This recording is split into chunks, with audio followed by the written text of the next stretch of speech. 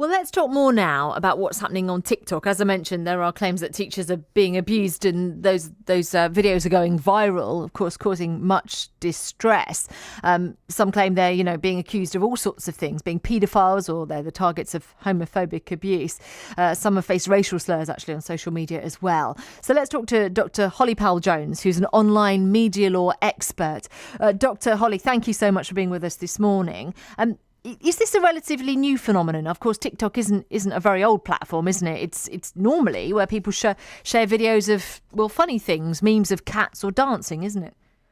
Absolutely. And no, I don't think this is a new phenomenon at all. This has been happening since I was at school, back in the sort of noughties. In our case, it was Facebook groups that were used to kind of set up and share malicious and false stuff about teachers. So this isn't a new thing. And again, I think the focus on the platform is maybe detracting from the broader issue, actually, because I think it can happen on lots of different platforms and again, across lots of different professions. We've heard about footballers facing abuse online, politicians, journalists. So I'm not at all surprised that now it's teachers who are under the spotlight. And obviously it is perhaps extra complicated in terms of how to manage this, given that, it's potentially children who are mostly doing this kind of behaviour. But I'm certainly not surprised at all. And I don't think this is a new phenomenon, no. No, indeed, it makes sense. And I suppose, in a way, 'twas ever thus that children would take the mick out of their teachers, right? It's just sort of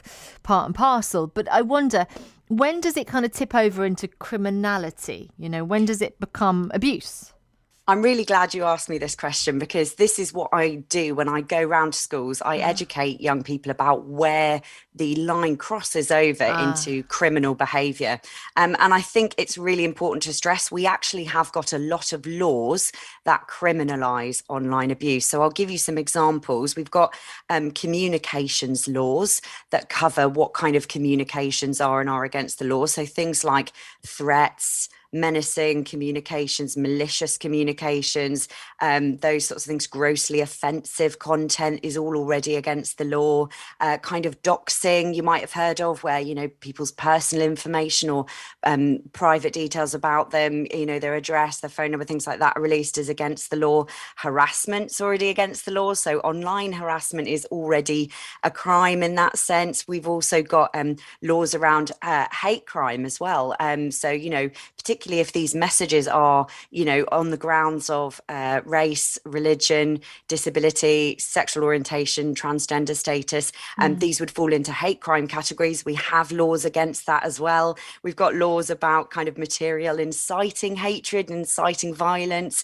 We've got rules around material that's kind of sexually offensive in nature. So we do actually have a lot of laws already. I think the problem here is education and awareness about that. So I would recommend, as a first port of call for every teacher concerned about this, is to go and look at the CPS, the Crown Prosecution Service's website, about the guidelines for prosecuting social media, because that will give you a good overview of what is or isn't a criminal matter in the first place. And then it's a case of how you deal with it then. But I think recognising that actually it could be a criminal offence, you may need to or want to involve the police, depending on the seriousness of it.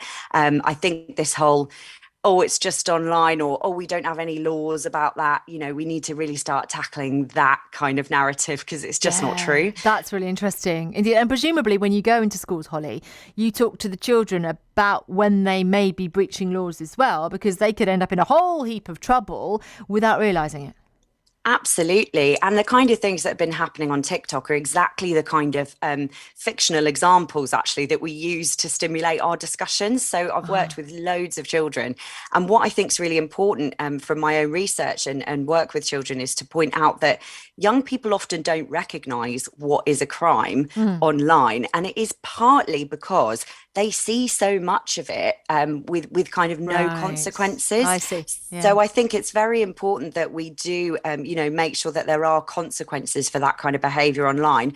And also it's the same for adults as well, because unfortunately, it's not just children who behave like this online. There's plenty of adults who are allowed to behave like this online with impunity as well. So that all contributes to young people then thinking, oh, well, this can't possibly be illegal because I see it all the time. Interesting. And And what about the social media platforms themselves? What role do they need to play in all of this?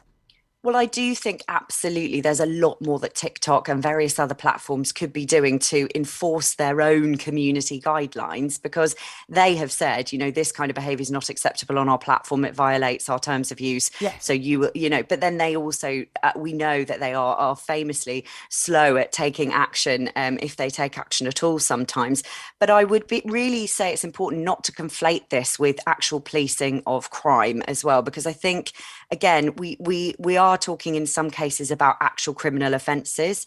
And I think what's important there is to kind of remind ourselves that actually in the case where you've been a victim of crime, you do have a right to report that to the police and get help and support from them, and there are other places as well. There's reportit.org, there's saferinternet.org and lots of other websites that have a lot of useful advice. But again, it is okay to talk to the police if it is a serious criminal offence, and that includes online.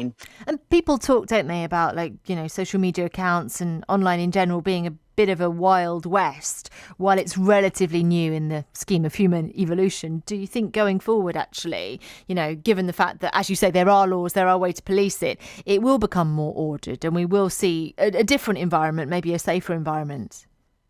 Possibly. I think what's difficult to tell at the moment is we do have a lot of people who, because they're not aware of all the laws that we currently already have, the dialogue is that everybody's just saying we need new laws, yes. We need more laws. And actually, I'm a bit concerned that we don't actually have enough awareness or enforcement around the laws that we've already got. So I'm not sure how kind of necessarily moving forward. We do need legal reform. I would stress that. And I myself have been consulting kind of with various groups about making sure that we update the law with new technology and make sure that people are protected.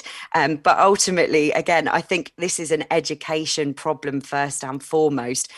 Parents, school leaders, staff and students all need to be completely clear, crystal clear on what is and isn't acceptable online from a legal perspective in this country.